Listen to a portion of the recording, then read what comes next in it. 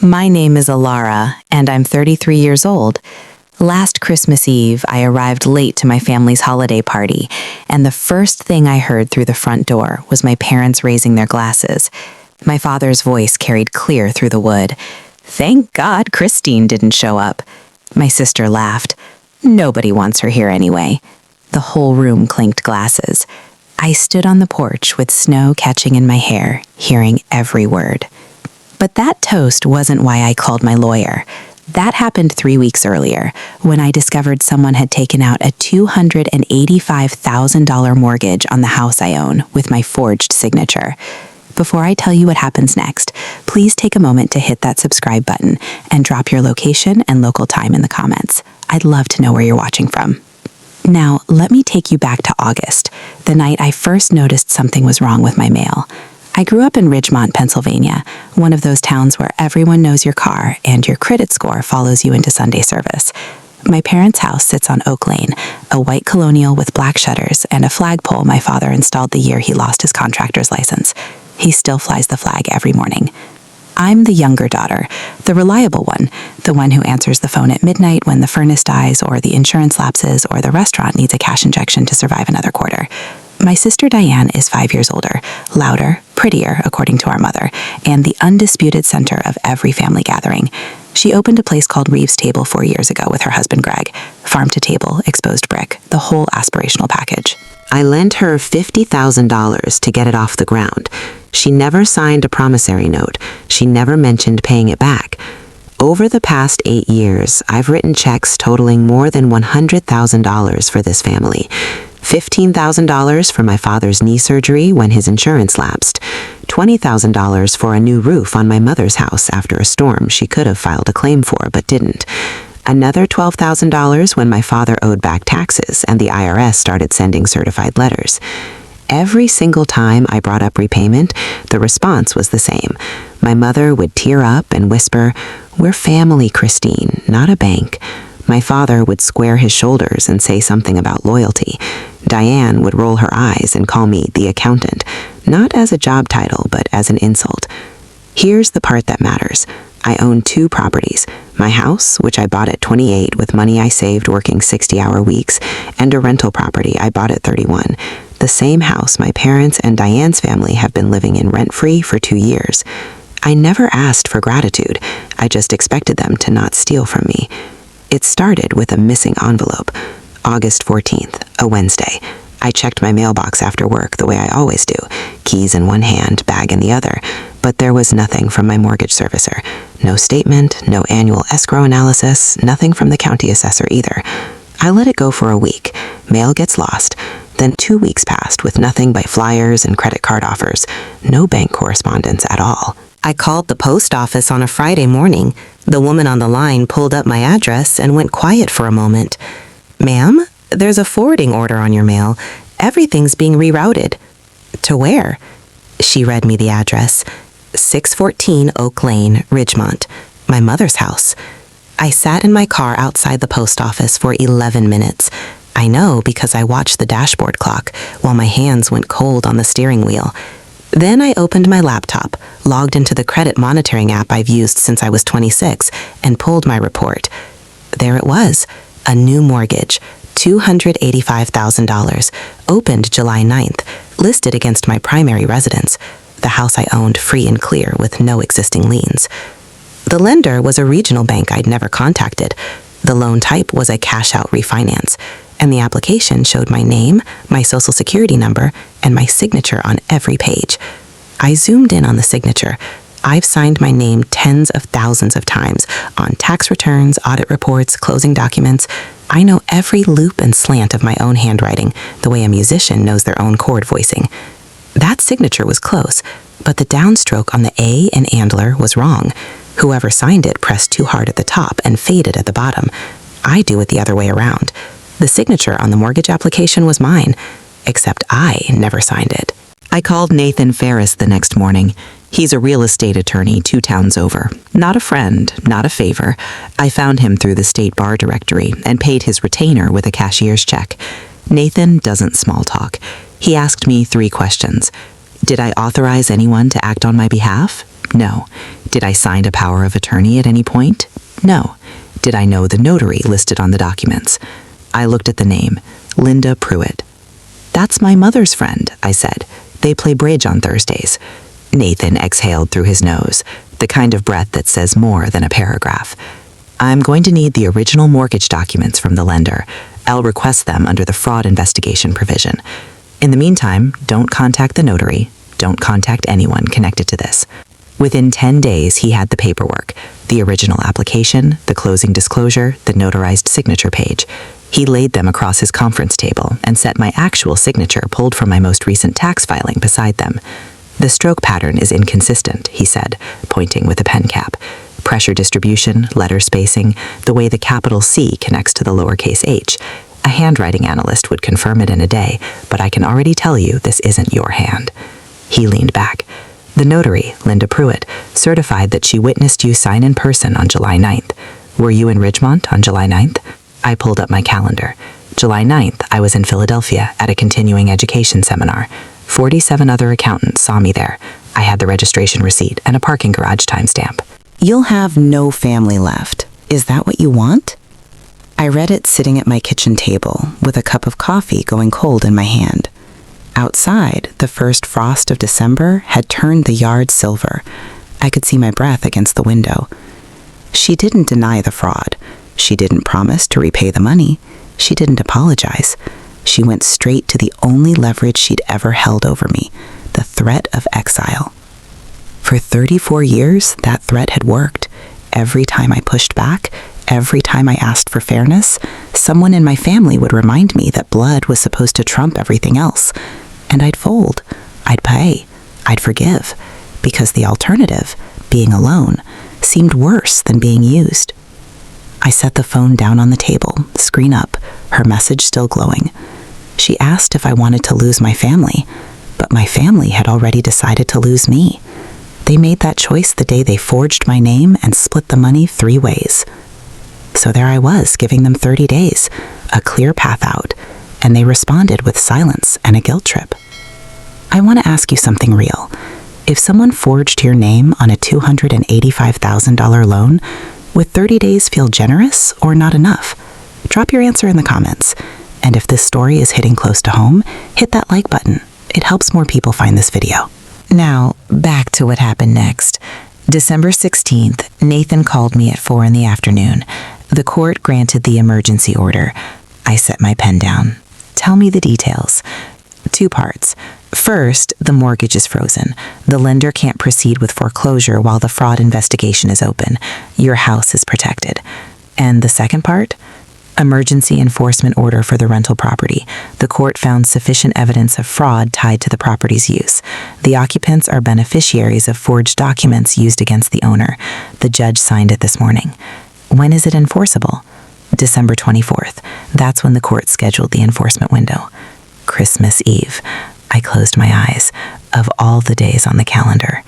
The court doesn't schedule around holidays when there's active fraud on real property, Nathan said, reading my silence. The judge's docket was full. This was the first available slot. I drove to his office the next morning and signed everything. 3 copies of the emergency order, authorization for the sheriff's department to serve and enforce, a detailed affidavit attaching the forged mortgage documents, the wire transfer records, the notary certification, and my alibi evidence from July 9th. My hand shook when I signed the last page, not from fear, but from the understanding that this signature, my real one, was erasing the possibility of going back to what we were. Nathan slid a manila envelope across the table. Inside was a complete copy of the entire case file. Every document, every receipt, every bank record, in case you need to show anyone exactly what happened, he said. I tucked the envelope into my bag. It weighed almost nothing, but it carried the entire story of how my family chose money over me. Now I had 16 days to wait. Nathan coordinated with the county sheriff's office on December 18th. I wasn't present for that call, but he walked me through it afterward. Deputy Martinez, the officer assigned to our case, confirmed the logistics. The enforcement order would be active starting at noon on December 24th. If I contacted the sheriff's department on that date, deputies would respond to the property to serve the order and ensure compliance. What happens if they refuse to leave? I asked Nathan over the phone. That's what the deputies are for. The order carries judicial authority. Refusal to comply is contempt of court. And if there are other people in the house, guests? Guests aren't named in the order. They'll be asked to leave the premises, but they won't face legal action. The order targets the named occupants, your parents and your sister. I drove past the rental property that evening. I don't know why. Maybe I needed to see it. The house was lit up for Christmas. White lights along the roofline, a wreath on the front door, one of those full, expensive wreaths with pine cones and a velvet bow. Through the front window, I could see the dining room table already set with a runner and candles. 6 cars in the driveway, more on the street. They were preparing for a large gathering in my house, paid for with my money. Decorated with the confidence of people who believed they'd gotten away with it, I drove past without stopping. That night, I got a text from Diane. I hope you come to the party. Let's put this nonsense behind us. Nonsense. $285,000 in forged debt, career-threatening fraud, federal-level financial crime, and she called it nonsense. I didn't reply. I set my alarm for 7 a.m. on December 24th. December 23rd, my house was quiet. I had a small tree in the living room, a 4-foot Douglas fir from the lot on Route 9. I hadn't decorated it. It sat in its stand by the window, smelling like cold pine, and still wearing the plastic netting from the lot. I kept meaning to put ornaments on it. I never did. I opened a photo album that evening. I don't keep many physical photographs, but there's one album from my childhood that I've carried through every move. The cover is cloth, slightly faded, held together with brass rings. Page 6, Christmas morning, 1998. I'm 8 years old, sitting on my father's lap in front of the tree. My hair is in 2 braids. I'm holding a stuffed bear with a red bow. My mother stands behind us, one hand on Diane's shoulder, the other reaching for the camera timer. Diane is smiling at the lens with that effortless beam she's always had. My father is looking at me. I studied his face in the photograph. He looked proud. He looked like a man who would never forge his daughter's name on a loan document. I closed the album and set it on the shelf. No tears, just a long exhale that fogged the window glass. At 11:47, I called Nathan. Everything in place? Yes. Deputy Martinez is on duty tomorrow, starting at noon. All you need to do is call. And if I don't call? Then the order sits. It's valid for 72 hours. You can choose when or if to activate it. I thanked him and hung up. I sat in the dark for a while, watching headlights sweep across the ceiling from the road outside. Tomorrow, I would walk into that house one last time, not as their daughter, but as the owner. Christmas Eve. I drove to 614 Oak Lane with the manila envelope on the passenger seat and my phone in the cup holder.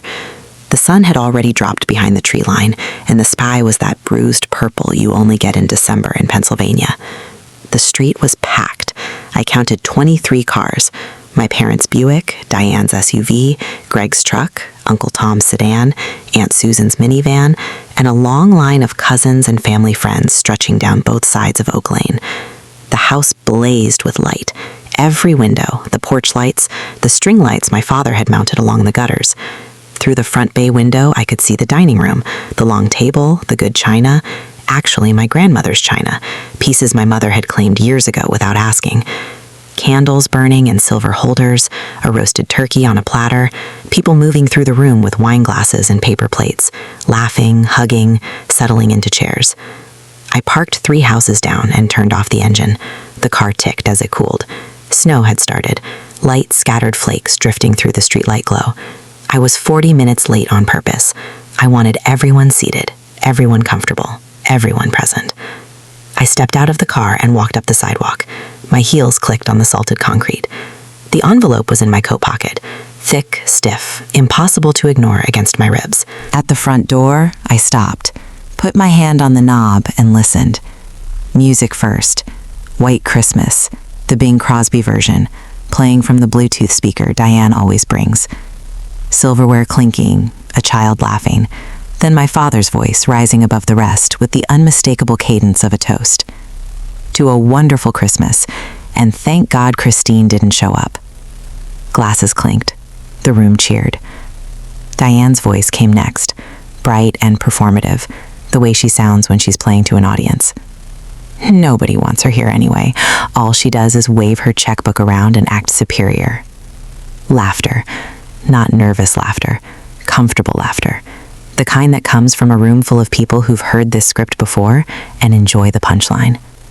My mother. She'll come crawling back. She always does. Uncle Tom's brother-in-law, a man named Dean, whose face I barely remember, chimed in. The girl needs to learn her place. More laughter. Someone refilled a glass. The music kept playing. I stood on that porch with snow settling on my shoulders and heard my entire family agree, one voice at a time, that I was the problem. The woman who'd paid their medical bills and funded their restaurant and housed them for free. I was the joke they told at their stolen Christmas party. My jaw tightened. My fingers curled around the envelope in my pocket until the edges bit into my palm. I could feel the cold creeping through my coat, numbing my ears, stiffening my face.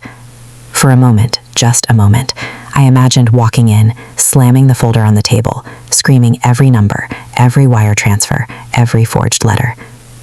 I didn't. I stepped back from the door, one step, then two, down the porch stairs, across the lawn, back to my car. I opened the driver's side door, sat down, and closed it softly. The interior was freezing. My breath came out in short white clouds. I pulled out my phone, scrolled to Nathan's number, pressed call. He answered on the first ring. He was expecting it. "I'm here," I said. "They're all inside." "I'll notify Deputy Martinez," Nathan said. 15 minutes. 15 minutes, I repeated. "Are you okay?" I looked through the windshield at the house, light spilling from every window, my family warm and fed and laughing inside walls I paid for. "I'm fine." He hung up. I set the phone on the dashboard and wrapped my hands around the steering wheel. The leather was ice cold. I didn't turn on the engine. I didn't turn on the heat. I sat in the silence and the dark and the snow, and I waited. Headlights at the end of the street, slow-moving, deliberate. I watched the first sheriff's cruiser turn onto Oak Lane, then a second right behind it. They drove without sirens, just the low rumble of engines and the slow sweep of their headlights across parked cars and mailboxes. Both cruisers stopped in front of 614. The deputy stepped out, Deputy Martinez and a partner I didn't recognize. They adjusted their belts, checked their paperwork, walked up the same path I'd walked minutes ago. Deputy Martinez knocked on the front door. 3 firm knocks, the kind that don't sound like a neighbor or a caroler, the kind that sound like authority. The music stopped. Then silence. Then Diane's voice, high and sharp through the door. "What the hell?" The front door opened and the warm air from inside hit the cold night like a wall. I could see it from the car, the golden rectangle of light, Diane's silhouette in the doorway, and the 2 deputies standing square on the porch. Deputy Martinez spoke in a tone I could hear from 70 feet away, clear, practiced, unhurried. "Good evening, ma'am. I'm Deputy Martinez with the County Sheriff's Office. We're here to serve an emergency enforcement order issued by the Court of Common Pleas related to documented financial fraud involving this property." There must be a mistake. That was my father. He'd come up behind Diane, filling the doorway with his shoulders the way he always does when he feels threatened. "This is a family home, sir." The property is titled to Christine Andler. The court order names Richard Andler, Patricia Andler, and Diane Andler Reeves as respondents. The order requires all named occupants to vacate the premises by midnight tonight. The room behind them went still. I could see shapes in the dining room, people frozen mid-motion, a woman holding a serving spoon, a man with a wine glass halfway to his mouth, children looking at the door with wide eyes. Diane turned to the room, arms spread, voice pitched for maximum audience. "This is insane! She's doing this on Christmas!" Deputy Martinez didn't flinch. "Ma'am, the court scheduled the enforcement date. I'm here to serve the order."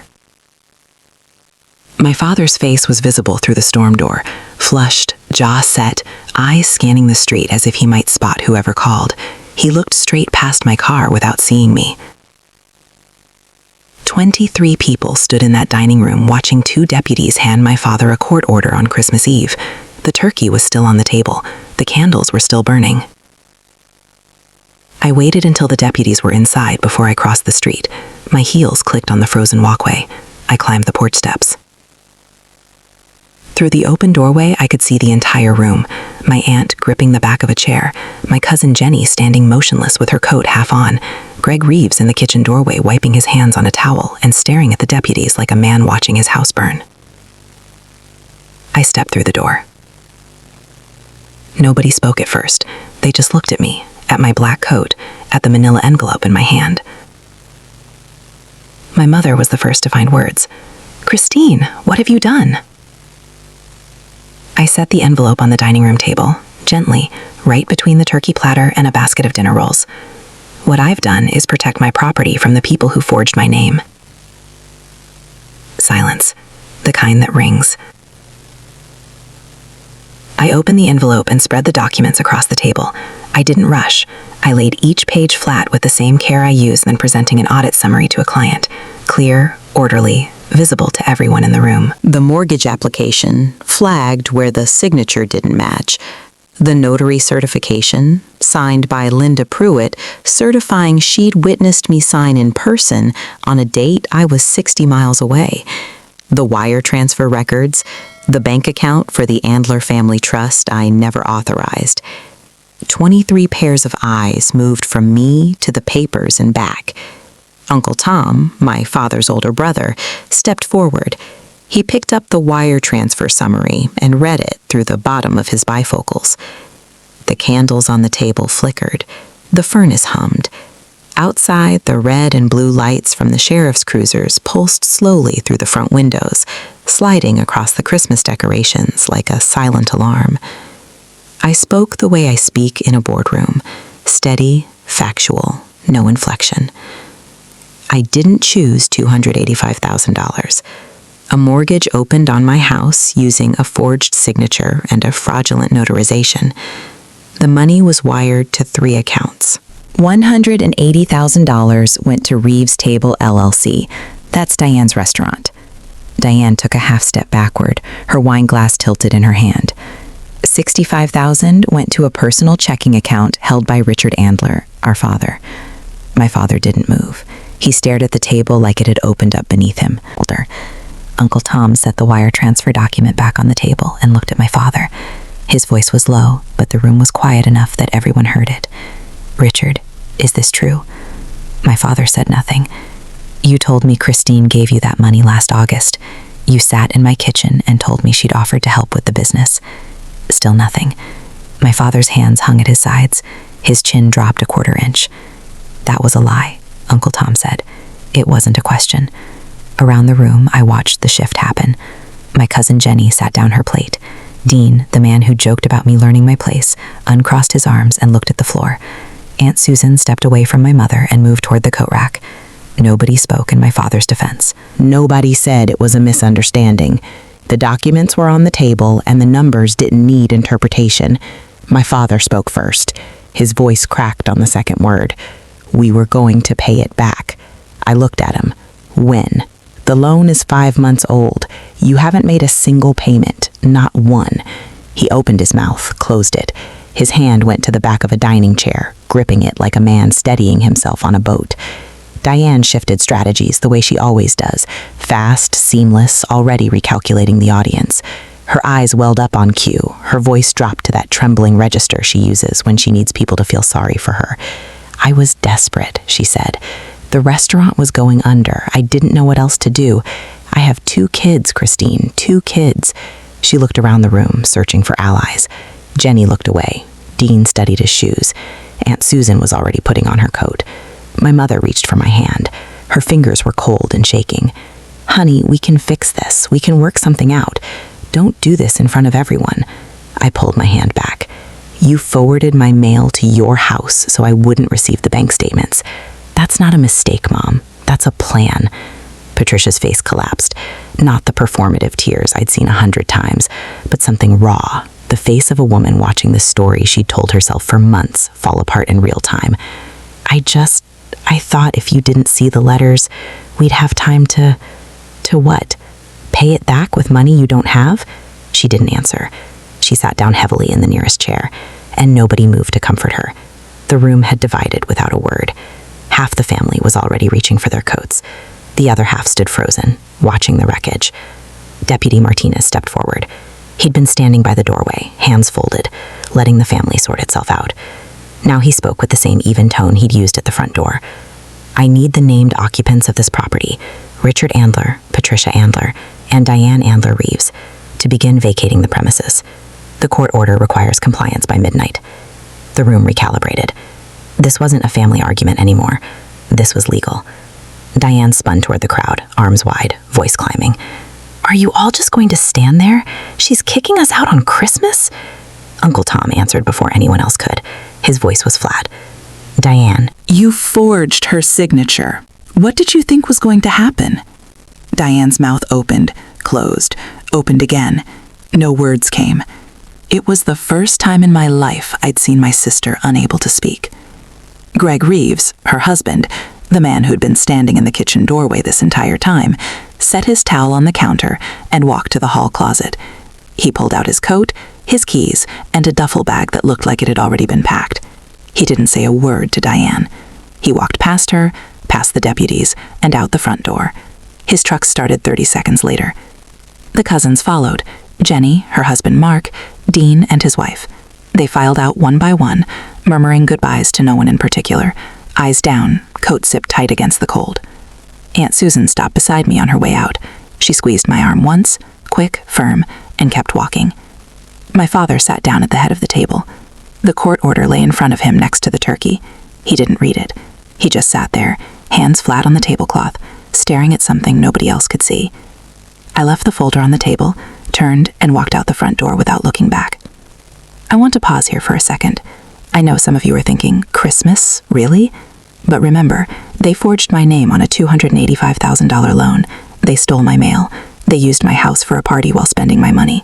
I gave them 30 days notice. They ignored it. The court picked the date, not me. If you think what happened next was justified, share this video with someone who needs to hear it. Now, let me tell you what came after the party was over. December 26th, Nathan's office, 9 a.m. The filing went out in 3 directions at once. First, a formal FRAD referral to the county district attorney, including the forged mortgage application, handwriting comparison, notary certification, wire transfer records, and my alibi documentation. Second, a civil lawsuit against Richard, Patricia, and Diane for $285,000 in damages, plus legal costs and credit harm. Third, a complaint against the notary for certifying a signature she never witnessed. I signed each filing with my real signature. Nathan explained that the DA's office would likely pursue felony charges for forgery, mortgage fraud, and conspiracy. The notary's license was suspended pending investigation. When he asked how I felt, I said done. Not satisfied, not vindicated, just done. Like finishing a long audit where everything is finally closed. The calls started after Christmas and didn't stop. My mother begged, then bargained, then turned angry. My father sent a message saying I owed him respect. Diane wrote a long email blaming me for destroying the family. I forwarded everything to Nathan. On New Year's Eve, I blocked all their numbers one by one until there was only silence. I decorated my tree alone, listening to music I liked instead of Christmas songs.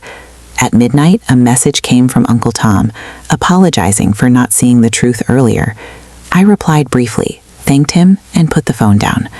For the first time in years, the house felt quiet, in a way that wasn't heavy, just empty space.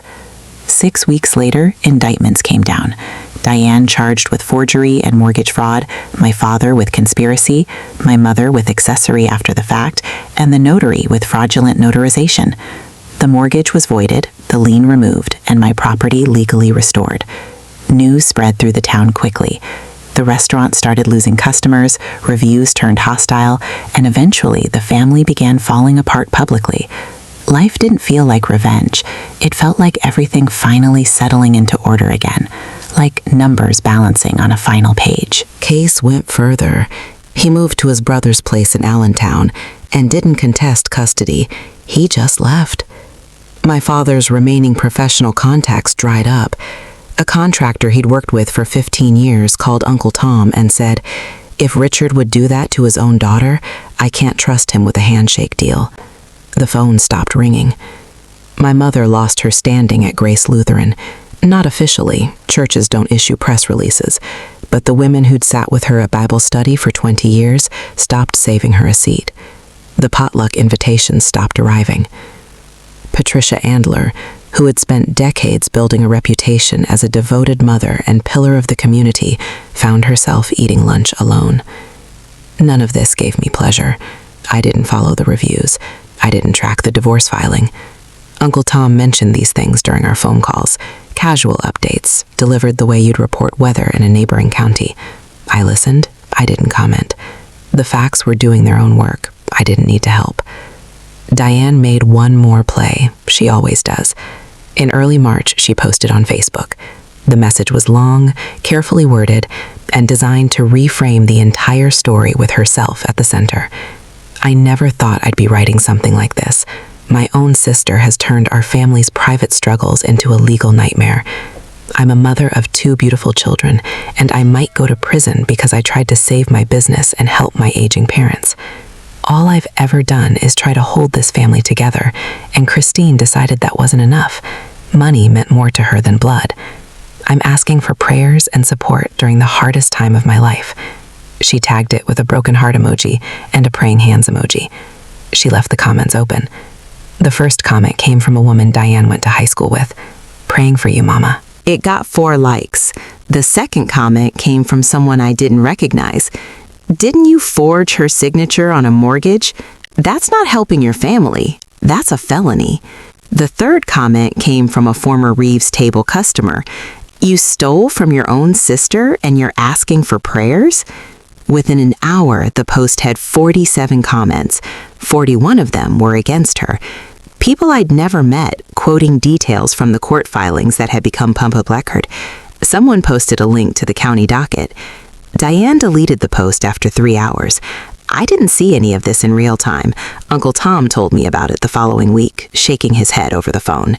She thought she could spin it, he said, same as she's always done. I didn't comment. I didn't post anything. I didn't respond to the 3 people who tagged me in screenshots. Silence is its own statement. I'd already made mine on paper. Spring came slowly that year, the way it does in Pennsylvania.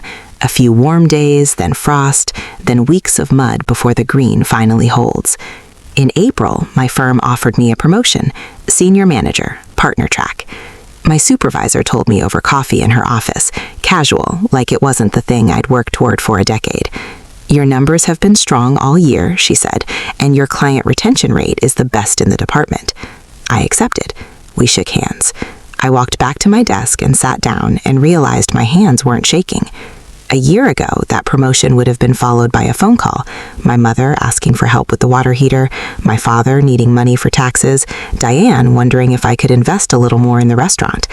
Every professional milestone had come with a family invoice. My credit score recovered in March. The lien was gone.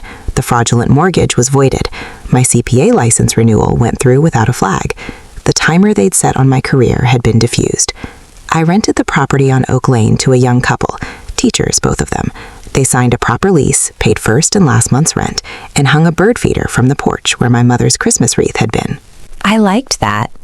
In May, I started seeing a therapist, not because I was broken, but because I wanted to understand why I'd let myself be the family credit line for 8 years without demanding a single receipt. The answer wasn't simple, and it wasn't finished, but I was working on it. Uncle Tom called every other Sunday. We talked about the Phillies, about the weather, about his new fishing spot on the Susquehanna. We didn't talk about the case unless he brought it up first. Family didn't have to be all or nothing. The plea deals came through in June. Diane Andler Reeves, 18 months in state prison, followed by 3 years supervised probation, full restitution of $180,000. The felony conviction would follow her permanently on every job application, every background check, every lease agreement for the rest of her life. Reeves Table closed its doors the week before sentencing. The sign came down on a Thursday. By Friday, the windows were papered over. Richard Andler, 12 months suspended sentence, 200 hours of community service, restitution of $65,000, payable over 5 years. The conspiracy charge would remain on his record. At 63, with a revoked contractor's license and a felony plea, his working life was effectively over. Patricia Andler, 2 years probation, restitution of $40,000, community service.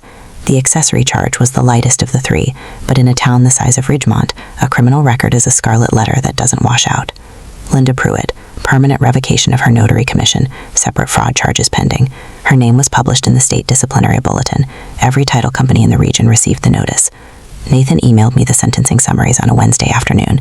I read them at my desk between client meetings. Each entry was a paragraph. Each paragraph was a life rearranged. I didn't go to the sentencing hearings. I didn't need to see their faces when the judge read the terms.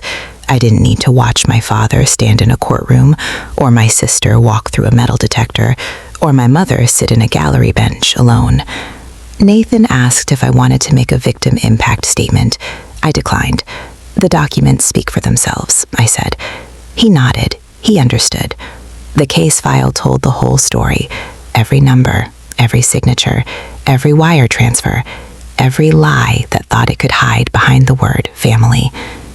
Summer now, July. A full year since someone sat in a title office and signed my name on a loan I never authorized. I'm sitting on my front porch in the evening light, the kind of light that makes everything look like it's been dipped in honey. The fence, the garden I started in May, the mailbox at the end of the driveway that delivers my letters to me and nobody else. I think about the photograph sometimes, the one from Christmas 1998, 8 years old, 2 braids, a stuffed bear with a red bow, my father's lap, my mother's hand reaching for the camera timer, Diane's smile. That family existed once, or maybe it only existed in the photograph, a 4x6 glossy version of who we wanted to be. The real version was already taking shape underneath. The favoritism, the entitlement, the slow calibration of who gave and who took, and who was expected to keep quiet about the difference. I don't hate them. I want to be clear about that. Hatred is a kind of attachment, and I've spent enough years attached to people who treated my generosity as an obligation and my silence as consent. My father is doing community service at the county park, picking up litter along the nature trail 3 mornings a week. Uncle Tom told me. He said my father looks thinner. Older. I didn't ask for details. My mother is living with Aunt Susan now. Probation requires a stable address. I don't know if they talk about me. I don't ask. Diane is in minimum security at a facility 2 counties over. I don't know what her days look like. I don't visit. She has not written to me, and I have not written to her. The house is quiet tonight, but it's my kind of quiet, chosen, not imposed. I keep a short list of rules now. I wrote them on an index card and taped it inside my kitchen cabinet next to the spice rack. Nobody sees it but me. 1, I do not lend money to family. If I choose to give, it's a gift with no expectation of return. If I can't afford to give it away, I don't write the check. 2, I do not provide free housing. My rental property has a lease, a security deposit, and a payment schedule. Tenants are tenants, family is family. The categories don't overlap. 3, I do not respond to guilt as a negotiation tactic. If someone tells me I'm selfish for having boundaries, that's confirmation the boundary is necessary. 4, I do not carry other people's financial emergencies. I can offer a referral, a credit counselor, a social worker, a legal aid office. I cannot offer my signature. These aren't punishments. They're not walls built from anger. They're guardrails, the kind you install after you've seen what happens when the road has none. I still talk to Uncle Tom. We had dinner last month at a diner halfway between Ridgemont and my town. Neutral ground, his suggestion. He ordered the meatloaf, I ordered a turkey club. We didn't talk about the case. We talked about his daughter Jenny's new job and whether the Phillies had enough pitching to make a run this year. That's what family looks like to me now. A diner booth, an honest conversation, nobody owing anyone anything except the truth.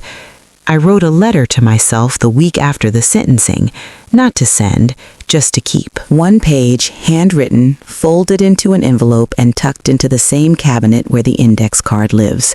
It says everything I needed to hear and nobody in my family ever said. I read it once a month, then I close the cabinet and make dinner. If you're watching this and you recognize something, the guilt trips, the but we're family excuse, the slow draining of your savings and your patience and your self-respect, I want you to hear this from someone who's been on the other side of it. Setting a boundary is not betrayal. It's survival. I spent 8 years writing checks and swallowing my frustration and telling myself that love meant never asking for fairness. I told myself that good daughters absorb the cost, that keeping the peace was the same as keeping the family, that one more loan, one more favor, one more year of silence would finally be enough to earn the respect I'd been chasing since I was a kid sitting on my father's lap. It was never going to be enough. The goalposts move every time you reach them. The people who take from you without gratitude will never stop on their own because you've taught them that taking is free. I didn't want to call the sheriff on Christmas Eve. I didn't want to sit in a lawyer's office reading wire transfers with my family's names on them. I didn't want any of this, but I wanted to keep my house. I wanted to keep my career. I wanted to keep the life I built with my own hands and my own name and my own 60-hour weeks. And when the choice came down to protecting myself or protecting the people who were stealing from me, I chose myself. They called me cold, they called me selfish, they called me the accountant like it was the worst thing a person could be. But I still have my house. I still have my name. I still have my peace. And for the first time in my life, that is enough. Family isn't a debt, and love should never require collateral. I drove past Oak Lane last weekend. The rental property looks different now. The young couple, the teachers, painted the shutters sage green. There's a vegetable garden along the south side of the house where my mother's rose bushes used to be. A tricycle sits on the front porch, bright red, tipped on its side like someone dropped it mid-ride. A little girl, maybe 4 years old, ran across the yard chasing a dog, a mutt with a bandana around its neck.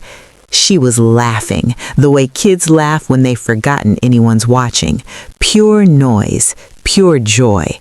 I slowed the car, but didn't stop. The house was warm and occupied and cared for. That was enough. I drove home, pulled into my driveway, turned off the engine. The mailbox flag was up. The carrier had come while I was out. I walked down the driveway and opened the box. Electric bill, a postcard from Uncle Tom sent from a fishing trip in the Poconos, a furniture catalog I didn't subscribe to. All of it addressed to me. All of it delivered to my house. Nobody had rerouted it. Nobody had intercepted it. Nobody was reading my bank statements at a kitchen table 60 miles away, calculating how much more they could take. I carried the mail inside, set it on the counter, hung my keys on the hook by the door. The only hook, the only key. The house was quiet. The late afternoon sun came through the kitchen window and made a rectangle of gold on the floor.